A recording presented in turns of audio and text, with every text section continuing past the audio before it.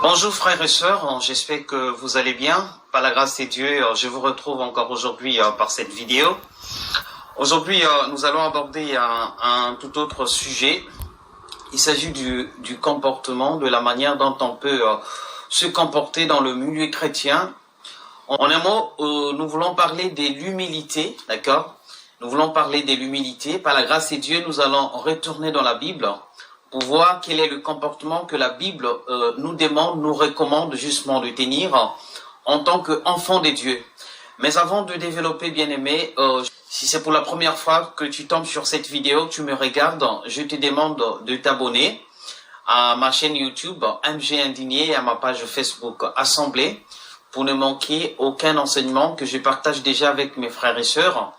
Et je vous encourage à aller regarder les vidéos que j'ai déjà traitées sur plusieurs sujets en ce qui concerne la vie chrétienne. Nous allons lire sans plus tarder dans le livre de 1 Pierre 5 à partir du verset 2. Voilà ce que la Bible nous déclare, bien-aimés. La Bible dit ceci: paissez le troupeau de Dieu qui est sous votre garde, non par contrainte, mais volontairement, selon Dieu, non pour un gain sordide, mais avec dévouement, non comme dominant sur eux qui vous sont échus en partage, d'accord, mais étant les modèles du troupeau. Et lorsque le souverain pasteur paraîtra, vous obtiendrez la couronne incorruptible de la gloire. Alors, ce message, bien-aimé, s'adresse justement à tous ces faux pasteurs, à tous ces archibishops, ces fondateurs de bâtiments, qui pensent que une fois qu'ils ont maintenant des gens qui les suivent, une fois qu'ils ont des chrétiens qui les suivent, qui les entendent, automatiquement, ceux-là deviennent, je dirais, leur bien, leur, n'est-ce pas, bien privé, où ils peuvent tout faire, ils peuvent se permettre de tout dire, de tout commander, finalement de régner en maître. Voilà ce que la Bible nous dit, bien-aimés, que nous avons la responsabilité, n'est-ce pas, de paître le troupeau de Dieu, non pas par contrainte, n'est-ce pas, mais par volonté en Jésus-Christ, n'est-ce pas? Et nous ne devons pas dominer sur eux, comme si c'était nos esclaves, comme si c'était des gens où tu pouvais commander, où tu pouvais faire tout ce que tu veux. La Bible dit que nous devons les considérer en un mot comme nos frères, comme nos sœurs. Ils sont nos frères dans la foi, bien-aimés. Donc il ne s'agit pas de régner en maître. Ces faux pasteurs, regardez comment ils se comportent aujourd'hui, bien-aimés. Pour eux, ils ont en fait des gens où ils peuvent dominer, où ils peuvent faire tout ce qu'ils veulent, d'accord, dans l'intérêt, n'est-ce pas, de travailler pour eux, alors que les ministères qu'ils exercent ne les appartiennent pas. Les ministères qu'ils exercent, en réalité, c'est pour l'édification de l'Église. Vous savez, une chose qui fait comporter ces pasteurs de cette façon, c'est qu'ils pensent qu'ils ont des ministères, c'est-à-dire qu'ils ont un travail, d'accord, qui leur appartiennent, et finalement, ils peuvent faire tout ce qu'ils veulent. Or, les brebis n'appartiennent pas aux pasteurs, d'accord? Les chrétiens qui viennent dans votre assemblée ne vous appartiennent pas, ils appartiennent au Seigneur, d'accord? Vous avez simplement le rôle de les recadrer, vous avez simplement le rôle de les édifier, d'accord? Et de les emmener à connaître Jésus-Christ. C'est ça votre rôle. Il ne s'agit pas de régner en maître. La Bible est claire. Il dit, paissez le troupeau de Dieu qui est sous votre garde, non pas par contrainte. Vous n'êtes pas contraint, bien-aimé, de le faire. D'accord? Vous n'êtes pas contraint. Vous êtes en réalité un simple canal pour pouvoir aider les gens qui viennent au Seigneur Jésus-Christ pour s'approcher plus de lui. Mais volontairement selon Dieu, non pour un gain sordide. Vous ne travaillez pas pour que vous ayez un gain misérable. Vous ne travaillez pas pour ce gain-là, bien-aimé. Vous travaillez parce que vous avez été sauvés. Et donc, en réalité, vous relayez ce message. Vous le faites parce que vous avez été sauvés. Et à votre tour, vous transmettez le message du salut aux autres. C'est ce que ça veut dire. mais avec dévouement. C'est-à-dire, en ne considérant plus vos intérêts. D'accord? Vos intérêts ont été sacrifiés comme on l'a vu hier. Si vous êtes malmené, il faudrait que ce soit pour la gloire du Seigneur. Vous ne travaillez pas pour gagner quelque chose. Vous ne travaillez pas parce que vous attendez à quelque chose. Vous ne prêchez pas parce que vous attendez à quelque chose.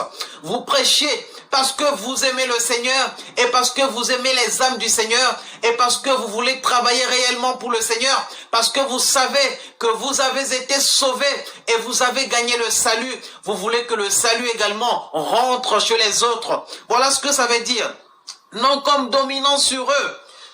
Non comme dominant sur eux, ceux qui vous sont échus en partage, mais en étant un modèle du troupeau bien-aimé. Oh pasteur, faux pasteur, répondez-vous. Il ne s'agit pas de dominer sur des chrétiens. Il ne s'agit pas de régner en maître sur des chrétiens, comme si vous aviez une entreprise où c'est vous qui décidez, ou c'est vous qui voulez faire tout ce que vous voulez. Ce n'est pas ça un responsable, ce n'est pas ça un chrétien, ce n'est pas ça un prédicateur. Le prédicateur, c'est celui qui cherche avant tout l'intérêt des autres. Le prédicateur est celui-là qui cherche jour après jour l'intérêt des autres. Voilà ce que 1 Corinthiens 10, verset 24 nous dit. Que personne ne cherche son propre intérêt, mais que chacun cherche celui d'autrui. Voilà, bien-aimés, en tant que chrétiens, nous devons chercher l'intérêt des autres.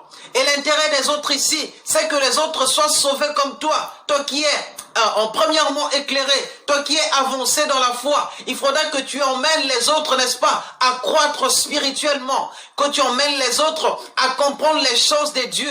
Non pas en se considérant comme un maître, non pas en se considérant comme un chef, mais en s'humiliant et en cherchant l'intérêt des autres, bien-aimés. Paul a dit ceci. Dans le livre de 1 Corinthiens, il dit, si j'annonce l'évangile, ce n'est pas pour 1 Corinthiens 9, verset 16. Si j'annonce l'évangile, ce n'est pas pour moi un sujet de gloire. Ce n'est pas pour toi un sujet de gloire, bien-aimé, d'annoncer l'évangile. N'est-ce pas? C'est pas un sujet de gloire. J'ai dit autrefois, dans les sujets que nous avons traités, que le Seigneur Dieu n'est redevable à personne. Si nous prêchons la parole de Dieu, parce qu'il nous a déjà payé, c'est-à-dire nous avons le salut. Et c'est nous normalement qui devons Dieu. Et nous sommes dans l'obligation, d'accord? Nous sommes dans l'obligation de relayer ce message de la vérité. Il dit, si j'annonce l'évangile, ce n'est pas pour moi un sujet de gloire, car la nécessité m'en est imposée. Et malheur à moi si je n'annonce pas l'évangile. Si je le fais de bon cœur, j'en ai la récompense. Mais si je le fais malgré moi, c'est une charge qui m'est confiée. Quelle est donc ma récompense? C'est d'offrir gratuitement l'évangile que j'annonce, sans user de mon droit de prédicateur de l'évangile. Car, bien que je sois libre à l'égard de tous, je suis rendu le serviteur de tous, afin de gagner le plus grand nombre. Voilà la vérité, bien-aimé. Ô prédicateur du ventre, ô prédicateur des intérêts, voilà la parole de Dieu qui vous est adressée. Répondez-vous, bien-aimé, toi qui prêches pour s'attendre à quelque chose, toi qui prêches parce que tu as un projet, n'est-ce pas? Tu veux voyager, tu veux aller quelque part, et finalement, il fait comme ils le font toujours, construire un temple et commencer à gagner des gens, et ton intérêt c'est quoi? Avoir des dîmes et les offrandes. Recherchons l'intérêt des autres.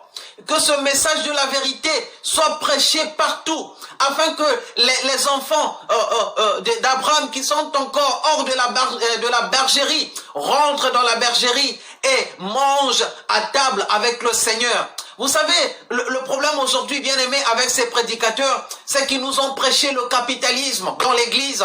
Le capitalisme, c'est l'intérêt du soi-même. C'est entre toi et moi, il n'y a que l'intérêt. Or, nous devons être des hommes dévoués, c'est-à-dire qui ont sacrifié les intérêts pour l'intérêt de Christ. Paul a dit, bien-aimé, dans Galates 3, verset 28, il n'y a plus ni juif ni grec, il n'y a plus ni esclave ni libre, il n'y a plus ni homme ni femme, car tous vous êtes un en Jésus-Christ. Voilà la vérité, bien-aimé. nous sommes tous des frères en Jésus-Christ. D'accord?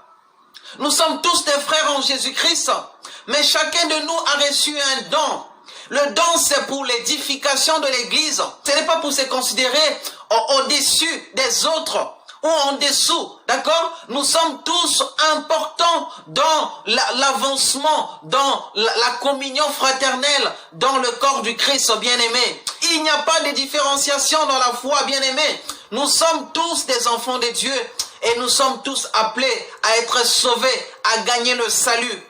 Voilà le message que j'ai voulu partager aujourd'hui avec vous, bien-aimés. Sortons dans ces considérations. Ça nous emmène nulle part. Sortons dans ces considérations de personnes. Sortons dans ces considérations de personnes. Ça nous emmène nulle part. Oh, pasteur, fondateur, pasteur, escroc. Toi qui se considères au-dessus des autres, tu n'es que rien. La Bible dit que nous devons chercher l'intérêt, n'est-ce pas, des autres, au lieu de chercher notre intérêt. Nous ne devons pas régner en maître sur le troupeau du Seigneur. Le troupeau ne vous appartient pas. Le troupeau appartient au Seigneur. Vous n'êtes que temporaire. On vous a confié une simple tâche à accomplir. Voilà ce que j'ai voulu partager avec vous, bien-aimés. Partage cet enseignement avec tes frères.